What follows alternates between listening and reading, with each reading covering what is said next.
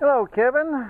We're going to test your choke lever. I believe I've got it fixed for you. And you can see we got a cold engine, and so we're going to give it a shot here. Okay, let's see. I'm trying to think. Maybe one blip of the throttle. Choke.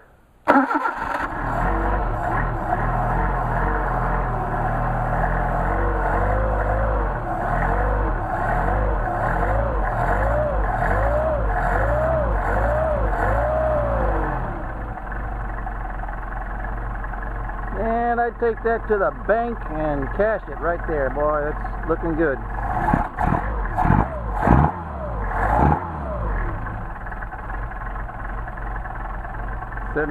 Settling into a nice idle.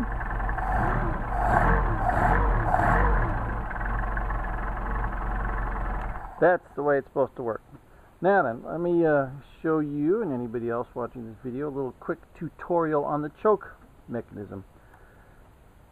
It's not a very well designed item. You got a couple of little springs right here. We've got one that's the main spring that's activating, it's pulling the choke lever back into the unchoked position. Then you got a little helper spring off to the right side.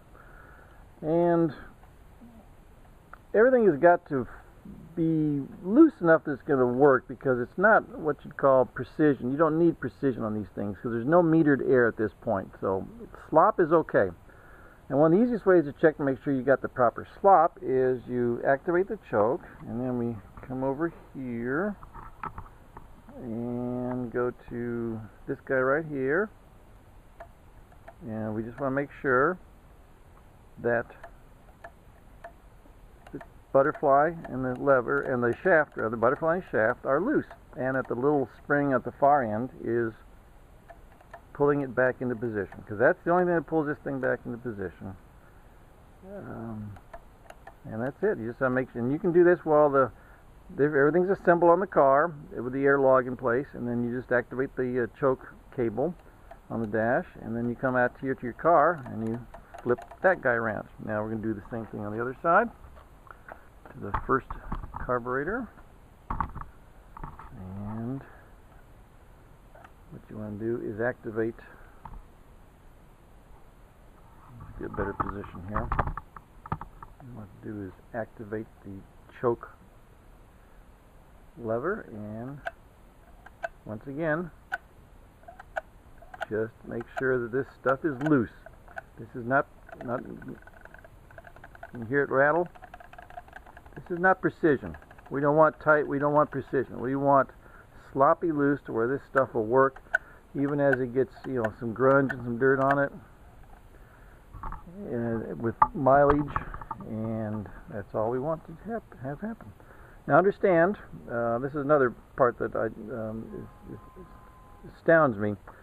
You've got your choke cable on the dash, and that's running through, what, 3 feet of cabling. So you got a steel cable inside of the spiral wound housing, and you need to make sure that's properly lubricated. So you take your terminal end of the cable and you hold it up and dribble some oil down there as much as you can, or some graphite, and you pull it back and forth at the dash to make sure that it's functioning, it's smooth.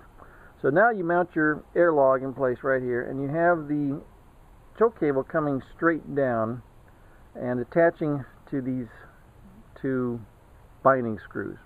And what the choke cable wants to do is to pull straight up, but of course what the choke levers want to do is come out on an arc.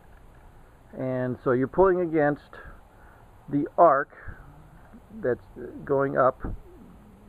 You're pulling against the cable going straight up and through 3 feet of housing. You're pulling against this spring right here.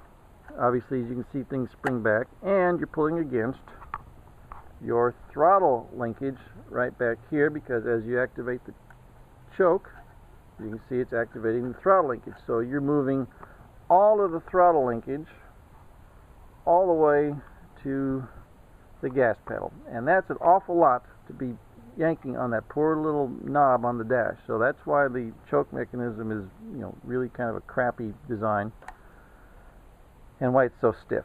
So you've got to make sure all these pivot points are lubed. Use a couple of drops of automatic transmission fluid. That's your best lube.